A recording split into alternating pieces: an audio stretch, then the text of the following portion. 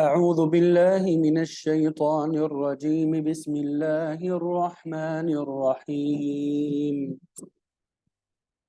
ولله يسجد من في السماوات والأرض طوعا وكرها وظلالهم بالغدو والآصال. قل من رب السماوات والأرض قل الله. قل أفاتخذتم من دونه أولياء لا يملكون لأنفسهم نفعا ولا ضرا. قل هل يستوي الأعمى والبصير أم هل تستوي الظلمات والنور أم جعلوا لله شركاء خلقوا كخلقه فتشابه الخلق عليهم. قل الله خالق كل شيء وهو الواحد القهار. أنزل من السماء ماء فسالت أودية بقدرها فاحتمل السيل زبدا رابيا ومما يوقدون عليه في النار ابتغاء حلية أو متاع زبد مثله كذلك يضرب الله الحق والباطل. فأما الزبد فيذهب جفاء وأما ما ينفع الناس فيمكث في الأرض كذلك يضرب الله الأمثال. للذين استجابوا لربهم الحسنى والذين لم يستجيبوا له لو أن لهم ما في الأرض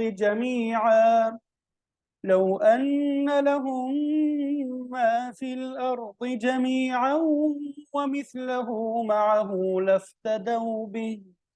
أولئك لهم سوء الحساب ومأواهم جهنم وبئس المهاد.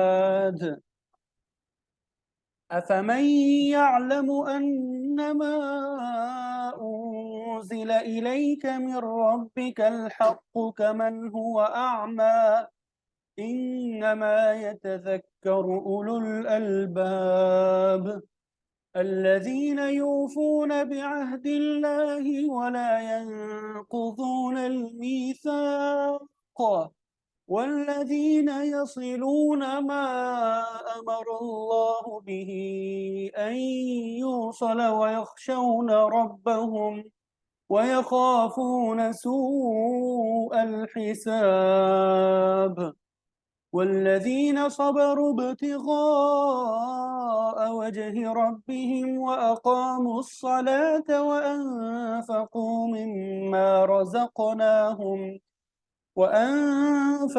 مما رزقناهم سرا وعلانية ويدرؤون بالحسنة السيئة أولئك لهم عقبى الدار.